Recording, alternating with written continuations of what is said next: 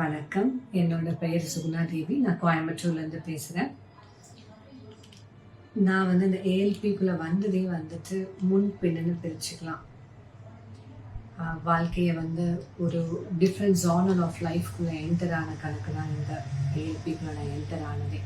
So அதுக்கு என்னோட பிரபஞ்சத்துக்கும் இந்த பிரபஞ்சத்துக்கும் அப்புறம் என்னோட அம்மா அப்பாவுக்கும் என்றென்றைக்கும் நான் ஒரு நன்றி கடன் பட்டிருக்கேன். ஸோ இப்போ இந்த அக்ஷய வாஸ்துக்குள்ளே நான் இப்படி ஒரு ஆப்பர்ச்சுனிட்டி கொடுத்த எங்களோட சார் பொதுவுடைமூர்த்தி ஐயாவுக்கு என்னென்றைக்கும் நான் நன்றி கடன் பட்டிருக்கேன்.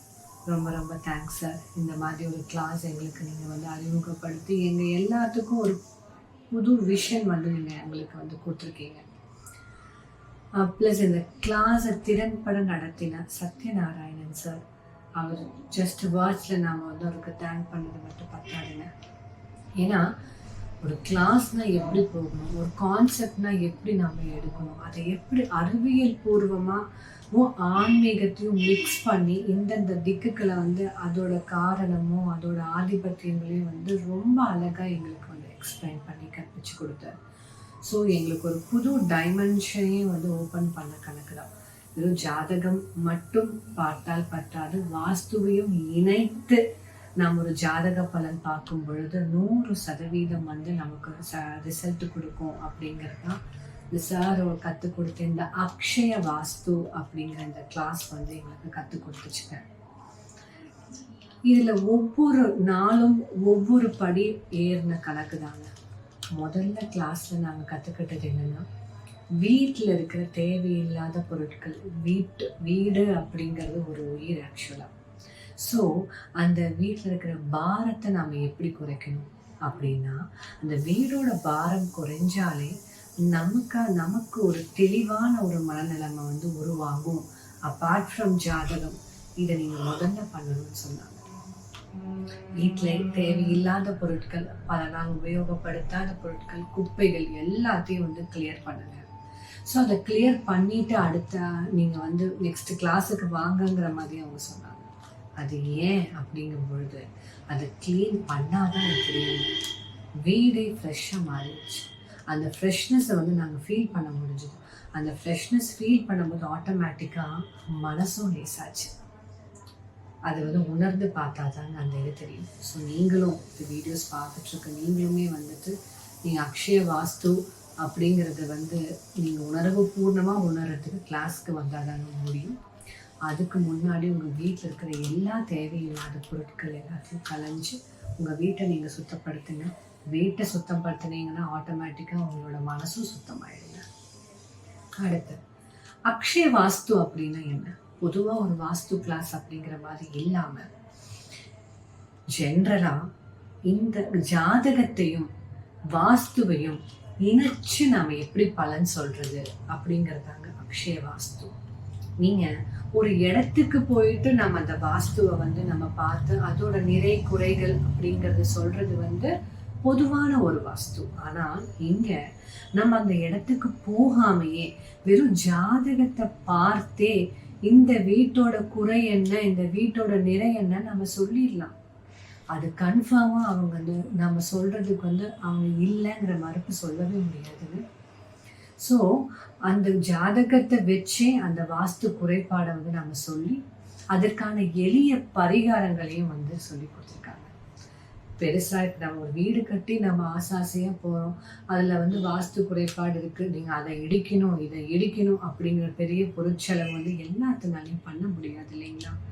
ஸோ அந்த பொருட்செலவெல்லாம் இல்லாமல் நீங்கள் இந்த சிம்பிளான ரெமெடிஸே பெரிய மாற்றத்தை உருவாக்கும். அது இந்த அக்ஷய வாஸ்து படித்தவங்களோட வீட்டில் கண்டிப்பாக அது நடந்திருக்குங்க. ஒரு நெகட்டிவ் எனர்ஜி இருக்குன்னா, சில திக்குகளும் சில மூளைகளும் நமக்கு சரியில்லைன்னா ஆட்டோமேட்டிக்காக அந்த நெகட்டிவிட்டி நம்மளை தாக்கும். அந்த நெகட்டிவிட்டியை நம்ம எப்படி பாசிட்டிவ் எனர்ஜியாக கன்வெர்ட் பண்ணுறது, அதுக்குரிய கடவுளோட ஃபோட்டோஸை மாற்றுறது மூலியமாகவும், அதுக்குரிய சமத்துக்களை நம்ம எரிக்கிறது மூலியமாகவும், ஒரு ஸ்க்ரீன் போடுறது மூலியமாகவும் அதை நம்ம நம்ம அந்த நெகட்டிவிட்டியை நம்ம பாசிட்டிவாக கன்வெர்ட் பண்ணலாம். இந்த மாதிரி நிறைய டிப்ஸுங்க.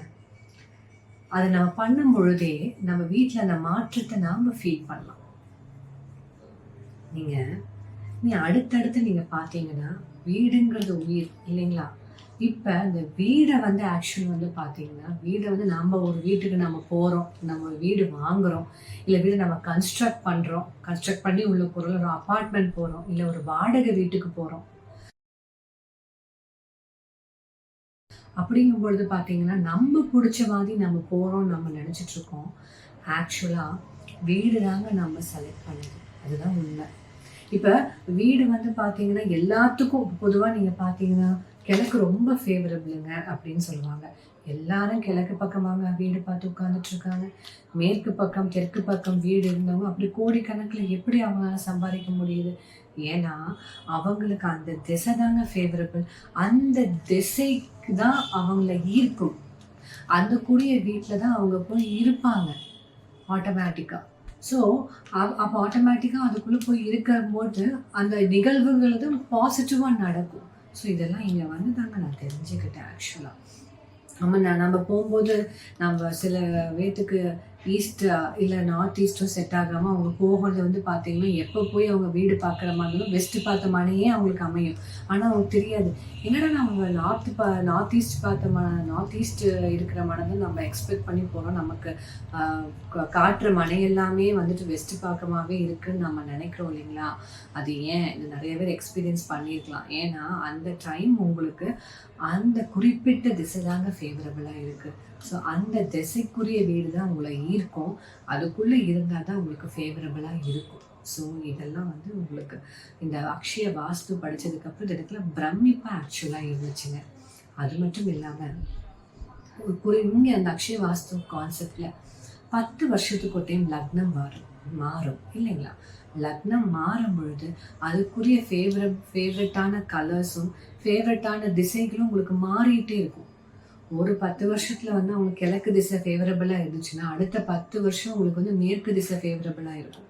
ஸோ, நம்ம இத படிச்சோம்னா தான் நமக்கு எந்த திசை ஃபேவரபிளா இருக்கு, அந்த திசையில வந்து நம்ம உட்கார்ந்து எந்த காரியம் பண்ணாலும் நமக்கு சக்சஸ் ஆகும். நம்ம சில டைம் நம்ம ஒரு இடத்துல உட்கார்ந்துட்டு ஒரு வேலை பண்ணிட்டு இருப்போம். உட்காரவே முடியாது. நமக்கு ஒரு மாதிரி கஷ்டமா இருக்கும். நீங்க ஃபீல் பண்ணியிருக்கீங்களா? அது நமக்கு என்ன ரீசன்னே தெரியாது. இப்ப எனக்கு அந்த ரீசன் தெரியும். ஏன் தெரியுங்களா?